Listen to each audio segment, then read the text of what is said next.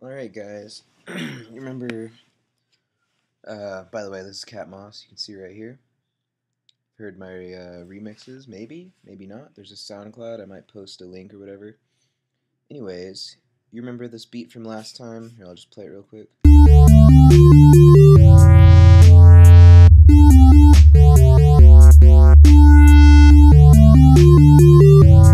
So really simple, yeah.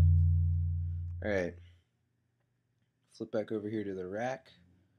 Alright, just a second guys. I just had to decide what I wanted to do today. Probably gonna go over some synth stuff. Oh, I'll go over the Thor. Okay. I'm gonna go ahead and keep this combinator from last time, but I just initialized it, so it goes back to blank, and then you can put whatever you want in it. I'm gonna create a Thor. Ooh, shit, actually. I'm gonna create the 14 mixer, and then the Thor. I'm gonna flip over here and just, oops, fuck, delete all these right here. And I think I'll keep the bass, and the drum patch is fine, yeah, whatever. So right now I'm just focusing on this synth 1. Basically, if you've never used a Thor, it's kind of like the other, it's like a maelstrom or a subtractor, but it has 3 oscillators instead of 2. And then instead of having modulators, it has filters. So here's the first one. You can hear it. Let's see, bypass. So it says filter 1, bypass, goes down to the shaper, and then these arrows direct where it goes. Oh, and you can set which one of these oscillators here goes into this filter. So right now it's just 1, but let's see, I'm going to flip this to wavetable because I like the wavetable. I'm going to put a second one on, and then turn on number 2 because now there's 2. So these 2 are routed through this filter 1, which goes down through the shaper, which isn't on yet. And then you can either send it onto the amp and then, if you want, to the filter 3, or you can send it this way and it follows this line into filter 2. And then filter 2 you can set up with these 3 also. You know, if you have like 2 different filters or whatever.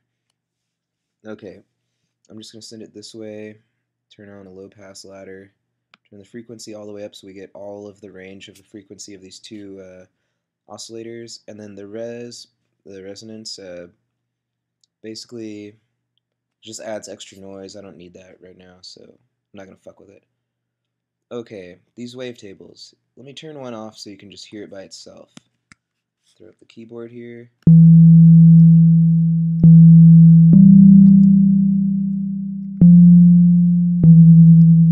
Now if you take the position and change it... Oh, just kidding. I'm on the bass. Haha. Okay. Here we go. Actually, I'm going to turn up the amp. This is just like in the other synths. The amp envelope, the attack, delay, sustain, and release. Usually I just put these 2 down. I do the same for the filters so that they're activated at the same time as the actual oscillators. So now every time I hold the key down, it plays the tone. And immediately releases when I take it off. Okay, here's what's up with this. The wavetable basically has, I don't exactly know how many per each of these things, but it has different, like, in this position it has a different synth here, sort of, like one here, one here, one here, whatever. And the X fade basically just blends them together. So as you turn the position, you can hear it changing phases or whatever, and it just blends them. So here we go.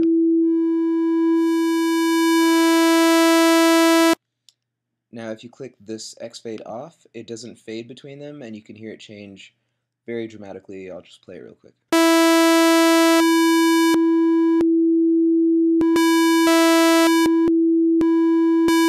So you see there's like different phases. Okay.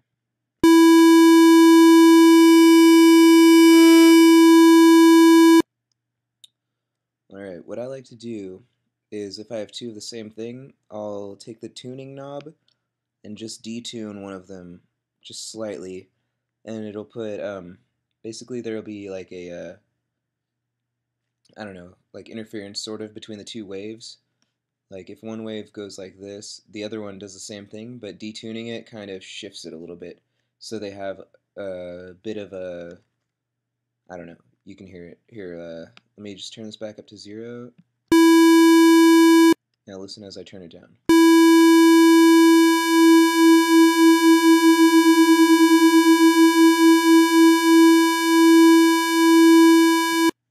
So it gets that wobble. Not actual wobble, but within the pitch. Whatever. Alright, with this Thor, since I usually use it to make like a wobble bass or something for dubstep, I'll just go ahead and do that. And that's what this video is about. I'll put that into the description. I usually like going with a range of 12 for the pitch bend range, but I might edit that later, edit the pitch bend also. Alright, the Thor, it's intimidating, but it's pretty easy. So here's an LFO1, LFO2. They both produce a wobble like the modulators in the other one. This is the mod envelope, delay, chorus. These are global settings, so they affect the whole thing, or they can be set to anything. This filter envelope will go to all of these filters, depending on. Now, if you don't know some of these like little terms, like for the LFO, this is important. Tempo sync changes the rate from going in these hertz to in a time signature sort of way, So they're like by a quarter note or eighth note or whatever. Another important thing is this gate trig. Every time it's clicked, like the whatever thing it's describing, like the amp envelope or the filter or the mod, whatever, or the global, if it's clicked, then the effect starts every time you press the key. But if it's not clicked, then it goes along with the tempo, and it's like kind of random. So depending on what you're going for, it might be better to have these clicked. Okay, down here, I honestly don't use kind of most of this shit, so I'm just gonna go along and show you what I know. Oscillators, filters, LFOs, amp shaper, envelopes. Down here is a programmer. So you use this to set this to a source, so maybe the source is LFO1. And I'm going to change this wave type to this one, sawtooth, whatever. And I'm going to change the rate to 2/4 so you can hear it. Okay, so this programmer basically says the source will determine the destination's like behavior. So if the source is an LFO, then the behavior will be the repeating pattern of the sawtooth. If the source is the mod envelope, then it may be either if this is clicked, it'll be a repeating pattern. If not, it'll be a one-shot thing. Maybe the attack is slower or something. So that'll affect the destination, which I will usually set to like the filter 1 frequency. Fuck it. Frequency is easy to fuck with. So that's what we have so far. And when you turn this amount up here, that's how much it affects the actual frequency. So all the way up, maybe halfway, whatever.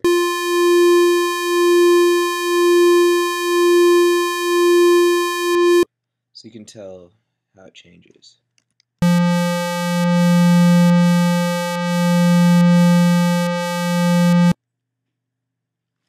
So that's how you can get a wobble. Maybe you'll turn this up a little bit.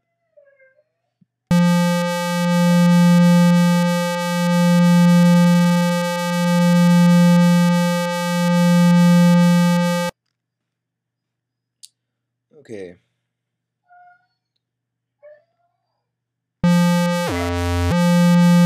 So basically dubstep is all based around a synth that has like a wobble on it or something like that, and then pitch bends. A lot of them are between octaves, so maybe actually writing out the piece you just play like an octave's worth, like I would just play, or I could use the pitch bend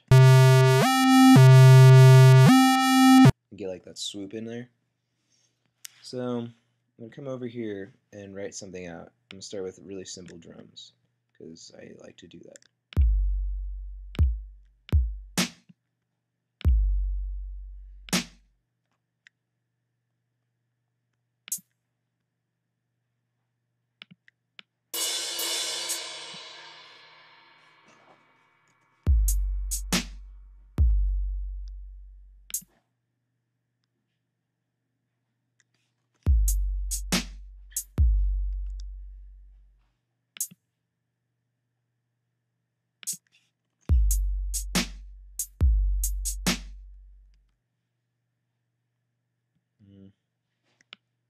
I like this, but I'm just going to add this right here.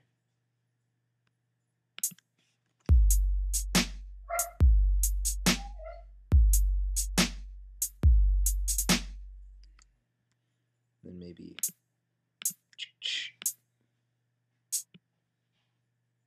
okay.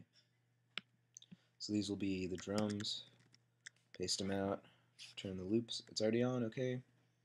So we don't need the lane in the Thor. This note lane that's just called lane 1 is where you write in the actual notes, but we do want these two pitch bend lanes, so I'll just delete this one and I'll write it into the synth combinator lane so that it affects everything in the combinator. So I'm just going to write out some basic dubstep, arpeggios and shit. What are we going to use? F? Yeah. This is kind of tedious. If you have a keyboard and you like to record your shit, it's a lot easier. But I honestly don't care.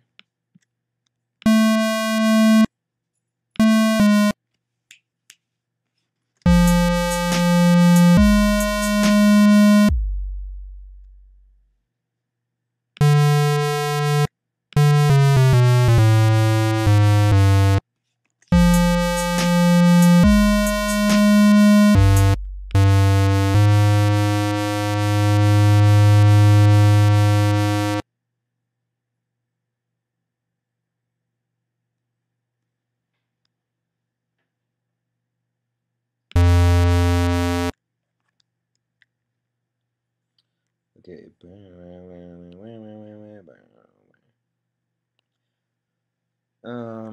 Fuck it. I'm being lazy, so I'm just gonna copy all this. Okay, we'll listen to it.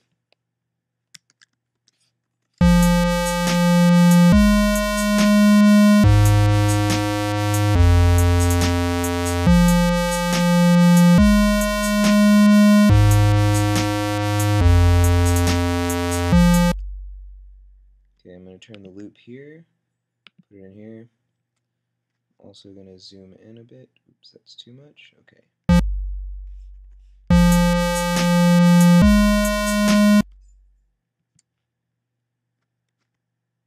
Okay, this is where the fun shit comes. If you have the pitch bend, you know, on your controller, on your MIDI controller or whatever, then you can just record it, but I'm just gonna write it in. The middle is at 0, so if you don't actually click on it, you can go up to your value and just change it automatically. Oops, fuck. What am I doing? I didn't mean to go into the pitch bend range, but okay, here we go. Middle is 0. Perfect. Change the snap to 16 so I can see a little bit more. What I'm doing, whatever.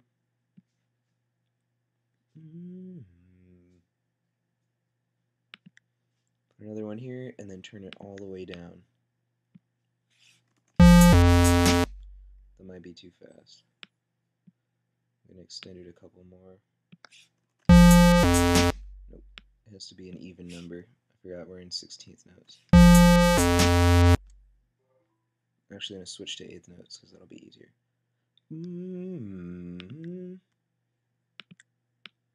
So you'll be able to see the motion of the pitch bend as this plays.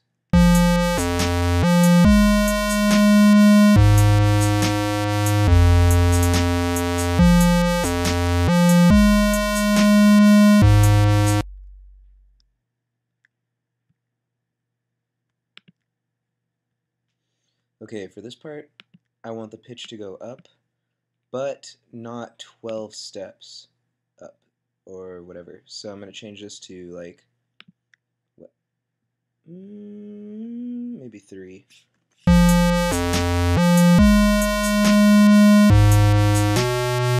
That's 1 too high. 2.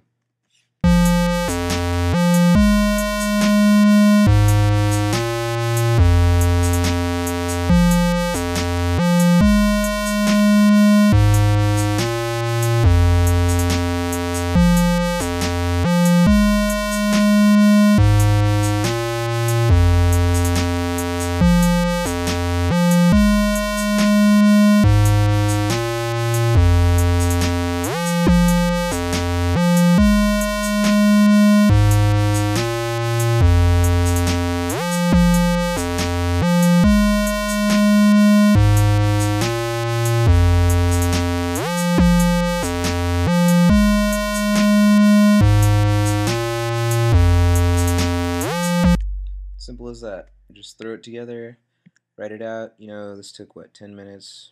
13? I don't fucking know, but it's not that hard. You just use your ear, use whatever feels right. Oh, and the biggest thing is to keep it, just keep proper timing, you know. If it's fucked up, then people can hear that. See, this division of the first one, these are basically dotted quarter notes, so they hold a beat and a half. So a beat is 4 of these 8th note ticks, and then, or I guess these are 16th note ticks. So a beat is 4 of these 16th notes, and then the dotted quarter note gives basically a quarter note and an 8th note. So 2 of these makes an 8th note. 2 times 1/16 equals 2 over 16, which equals 1 over 8. I don't mean to throw math in here at your whatever dumb little brains, but anyways, figure it out. Math, even numbers. Triplets are thirds, whatever.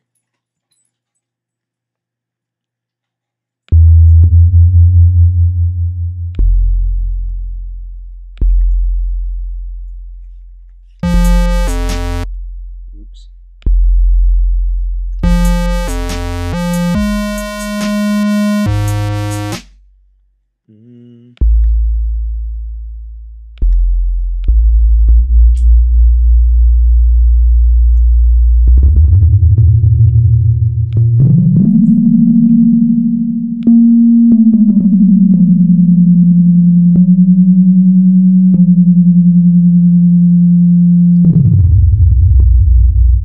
Sometimes, if you can't actually tell on the bass what it sounds like, it's okay to go up a couple octaves so that you can literally, you know, hear it with your ear instead of fucking like being off and not even knowing until it's produced. Sometimes that shit happens, but yeah, it's like a beginner error, but it's still, it's easy to avoid. Anyways.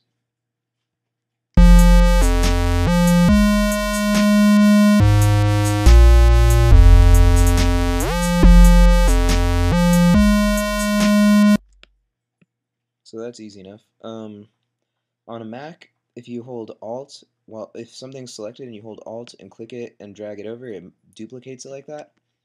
It's a lot easier than pressing Control Copy, Control Paste, or whatever.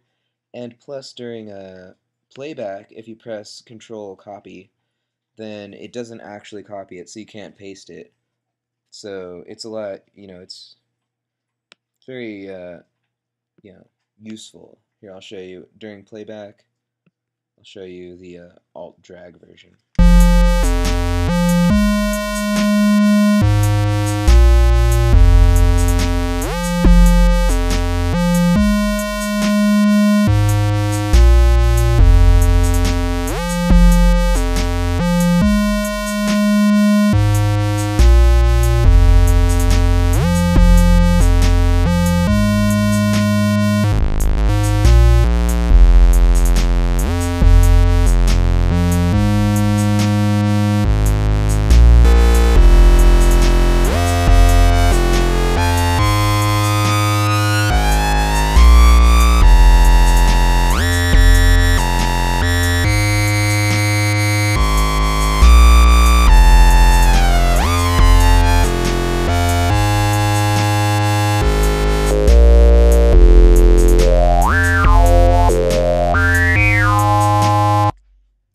one more little quick animation here. Just to show you more programmer shit, I've got to go over to this other one since, what's the rate on this? What, 1/4? I want more than that. We're going to tempo sync, turn it to 1/8 maybe? I don't know. I don't exactly know. I'll play with it. LFO 2 to the wave table, to the oscillator 2 position. Fuck yes. We don't need it all the way up because it'll sound hokey, but let's listen.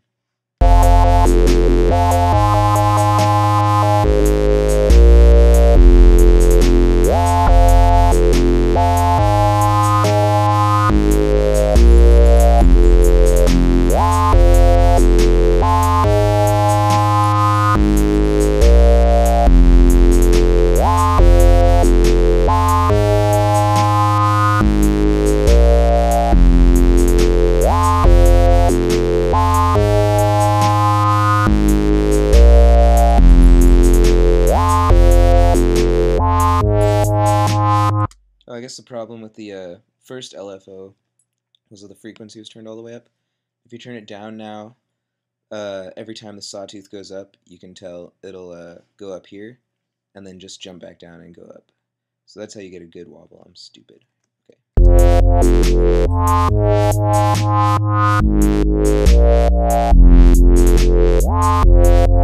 you want to get crazy with these wobbles, come down here to the LFO rate. Let's see. I'm just going to draw out the full field, put the loop real short, zoom in a bit, and let's fuck with it. First of all, I'm going to start it out slower.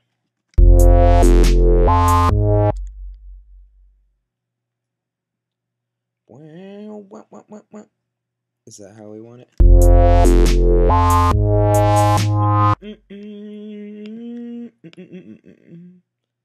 Something like that. Kick this up here to. They usually go by fives. The different time signatures of the rate. So like this might be 1/4 or something like that. I don't remember specifically. I know that 111 to like 117 or something is eighth note triplet, and then like in the 95 to 99 range is a quarter note triplet. That's pretty handy. Those are pretty dubby things. It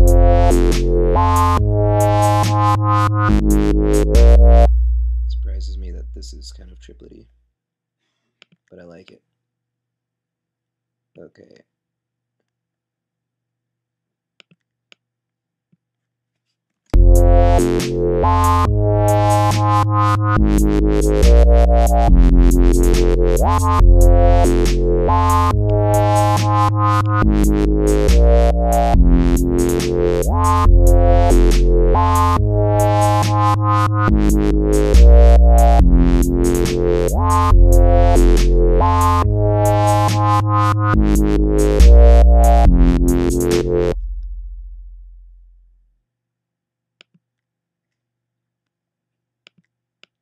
Sure, I'll throw in one of these high ones too. Fuck it.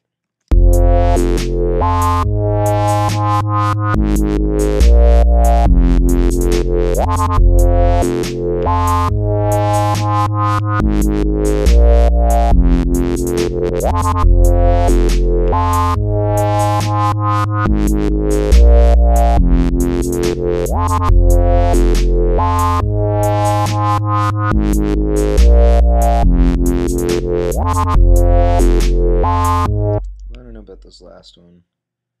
Whatever. That's probably fine. Zoom out here.